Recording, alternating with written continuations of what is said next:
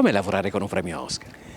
Beh, il primo momento, a parte la contentezza che ti ha preso, ma il primo momento è di così un po' di timore, ma poi insomma lui ti mette a suo agio come mille altri registi, insomma poi si lavora normalmente, una volta che entri in ciclo lavori normalmente, no, ma mi son divertito moltissimo, mi è piaciuto molto. Attore veneziano doc, Alessandro Bressanello è nel cast di È stata la mano di Dio, il film diretto dal premio Oscar Paolo Sorrentino, tra gli eventi più attesi della 78esima Mostra del Cinema. Se questa settimana non mi vendi almeno 7 aspirapolvere, sei fuori. Attivo nel cinema come nel teatro e in televisione, Bressanello è un artista poliedrico che passa agilmente dalla commedia con Checco Zalone all'interpretazione dell'ex presidente del Consiglio Mariano Rumor in Romanzo di una strage di Marco Tullio Giordana.